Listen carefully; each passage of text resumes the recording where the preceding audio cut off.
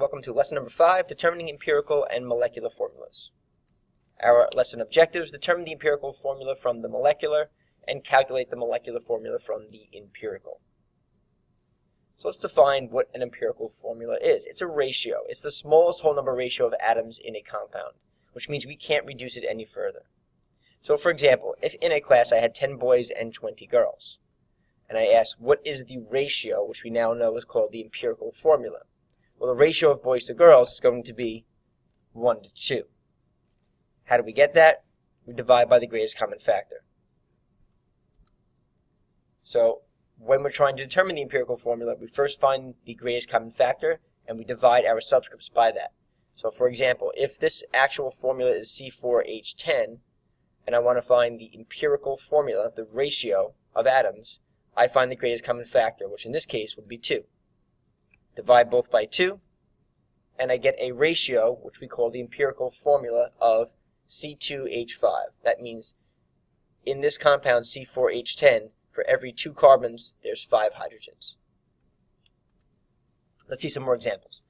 So for the first example, C6H12O6, the greatest common factor would be 6, and I divide, and I get CH2O. Again, for every 1 carbon, there's 2 hydrogens and 1 oxygen in this actual formula.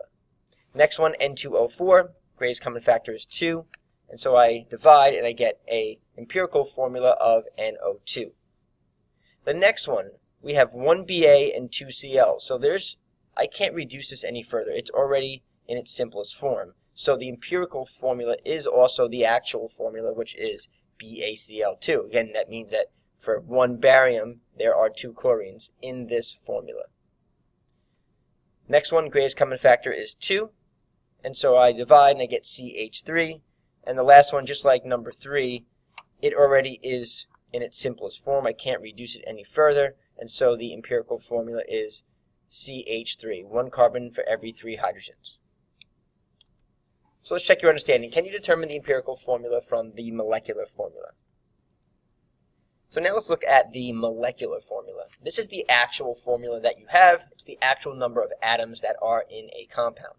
And a molecular formula is going to be some whole number multiple of the empirical, or it could actually be the empirical formula. So for example, if the empirical formula, the ratio, is CH4, 1 carbon to 4 hydrogens, a possible molecular formula could be just that, CH4, or it could be some multiple of that, which is C2H8, C3H12, etc.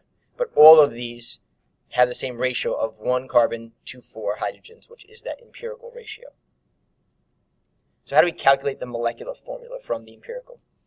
We first take the ratio, the empirical formula, and we find out or determine the gram formula mass of that. And then we're going to divide the bigger number by the small number, meaning we're going to divide the molecular mass that they give you in the question by the empirical mass that you just found in part 1. And it's going to give you a number that's going to be a multiplier, and you're going to multiply the empirical ratio by that multiplier that you figured out. So let's see what that looks like. So the empirical formula for ethylene is CH2, meaning we have 1 carbon for every 2 hydrogens.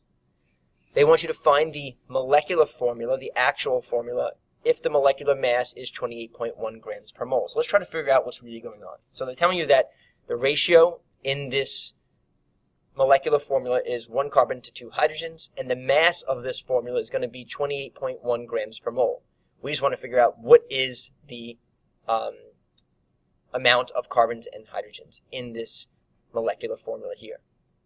So first thing we do, we look at the empirical formula and we figure out the gram formula mass of that carbon and 2 hydrogens. So carbon is 12 grams and hydrogen is 1. Since there's 2 of those, 1 times 2 gives me 2, plus 12, we get 14 grams per mole. Now we take the molecular mass, the 28.1, and we divide that by this empirical mass, which is 14. So 28 divided by 14 gives me 2. And now I multiply this into my empirical formula.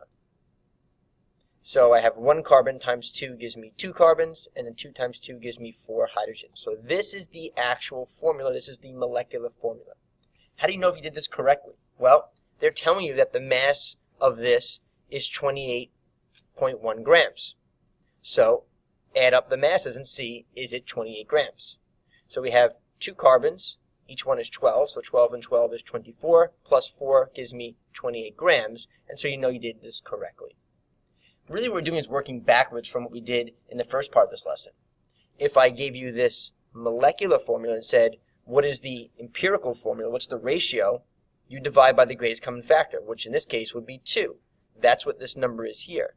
Right, so we're going this direction, but if you're trying to find the ratio, you would divide by 2 to get yourself back to the ratio of 1 carbon to 2 hydrogens. So again, we're just working backwards. Let's see another example. What is the molecular formula of a compound that has an empirical formula of NO2 and a molecular mass of 92 grams? So again, the molecular formula, we know that the mass is 92 grams and the ratio of nitrogen to oxygen is 1 to 2. So let's first figure out the gram formula mass of NO2, which is 46 grams per mole. I take my molecular mass, divide that by my empirical mass, and that's going to give me a multiplier. In this case, it's also 2. I multiply that into my ratio of NO2. So 2 times 1 gives me 2 nitrogens, 2 times 2 gives me 4 oxygens. So my molecular formula is N2O4. And again, check to see if the masses match. We're looking for a mass of 92 grams. And so 14 plus 14 is 28. We have 64 for the oxygen. We add that together and we get 92 grams. So that's this molecular mass here. Let's check your understanding. Can you calculate the molecular formula from the empirical formula? At this point, you should be able to determine the empirical formula from the molecular, as well as calculate the molecular formula from the empirical.